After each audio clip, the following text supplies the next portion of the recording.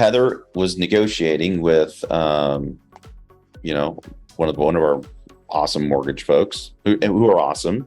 Yep. And tell the story, Heather, because this is pretty cool. So I just called him and I said, look, man, I'm like $35 away of cash flow per month from 8% cash on cash. And I said, I just want to get above 8%. And do you have any ideas for me? And he said, so these are new. I'm like, yeah, they're built in 2014. He's like, okay. And they're already leased? I said, yeah. He said, they're ready to close in the next like 60 days. I'm like, yeah, if not sooner than that. And he said, okay, let me talk to my management team. Like, there you go.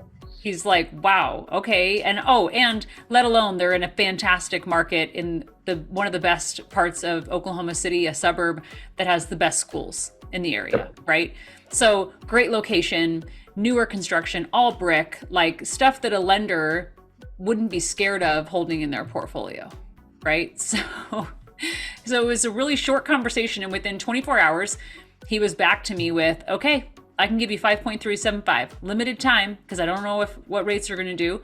He said, but I'm committed that we can do that. So we've been reaching out to our clients and, looking at, okay, if you wait much longer and rates go up a full point, which they could go up, this will be released on Monday, so they could go up this week, very realistically, then you could have missed out on this crazy incentive rate. Which, just so everybody understands, like what we're talking about here, is interest rates are approaching 7 already, okay, for investment properties. So to be able to get 5.375, that's insane.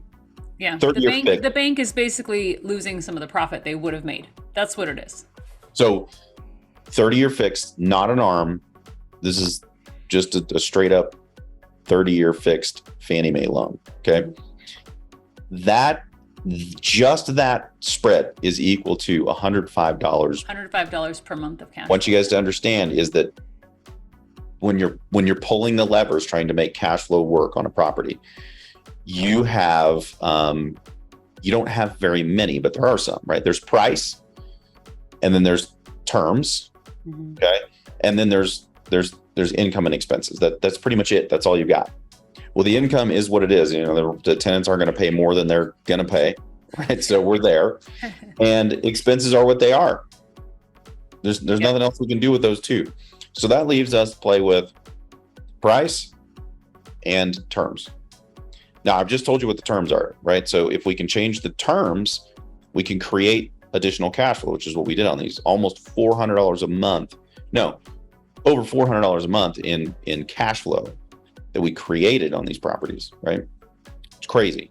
Yeah. If you were to try to do that, achieve the same thing with a price reduction, do you remember how much it was, Heather? 20,000. Yeah, it's almost 20 grand per 100,000, which means prices would have to drop roughly, 20%.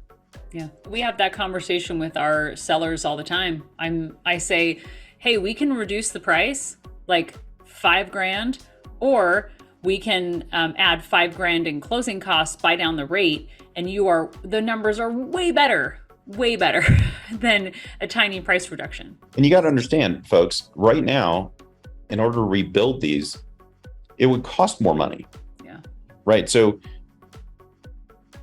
I think that's the thing that people aren't understanding quite, is that we all think that prices are just going to collapse overnight. Number one, in the Midwest, they don't really collapse anyway, because they don't go crazy up, right?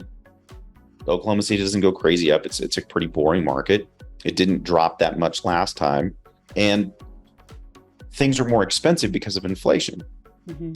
So builders are having to pay more. I mean, Heather and I are in the middle of this right now, right? Cost overruns and everything on construction. Yep. They can't just drop the price. That's not the way it works. They're paying more to build. So anyway, if you can get in and get really, really solid terms, it makes a massive, massive difference on your cash flow.